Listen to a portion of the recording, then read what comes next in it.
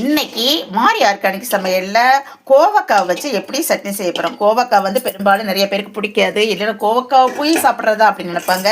ஆனால் கோவக்காவில் சட்னி செஞ்சு சாப்பிட்டிங்கன்னா அவ்வளோ டேஸ்ட்டாக இருக்கும். இப்போ கோவக்காவை நல்லா நம்ம ஃப்ரை பண்ணி வச்சுக்கலாம். எண்ணெய் நல்லா சூடாகிட்டு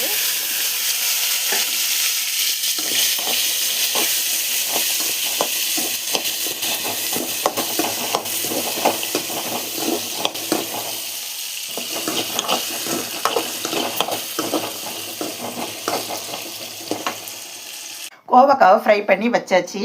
இப்போ வந்து நம்ம அது கூட கடலைப்பருப்பு, உளுத்தம்பருப்பு, சீரகம், மிளகு, கொஞ்சோண்டு புளி இவ்வளவும் சேர்த்து நம்ம அதோட சேர்த்து அரைச்சிக்கலாம், வதக்கிக்கலாம்.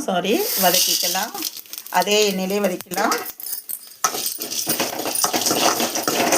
மிளகு, சீரகம், கடலைப்பருப்பு, உளுத்தம்பருப்பு நல்ல வாசனையாக இருக்கும். புளி வச்சிங்கன்னா இன்னும் கொஞ்சம் டேஸ்ட்டு தூக்கலாக இருக்கும்.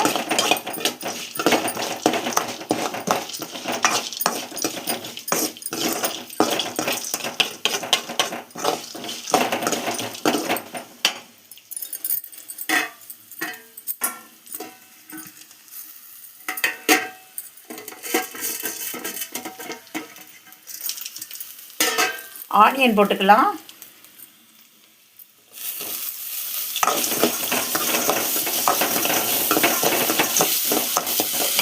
கொஞ்சோண்டு தக்காளி போட்டுக்கலாம். தக்காளி சேர்த்துக்கலாம். நான் ஒரு 2 தக்காளி சேர்த்துருக்கேன், கரெக்டாக இருக்கும். கருவேப்பிலை, கொத்தமல்லி சேர்த்துக்கலாம்.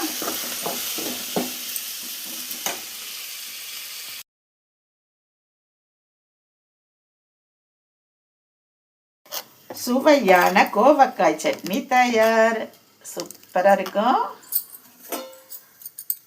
சத்து மாவு தோசை, கோவக்காய் சட்னி.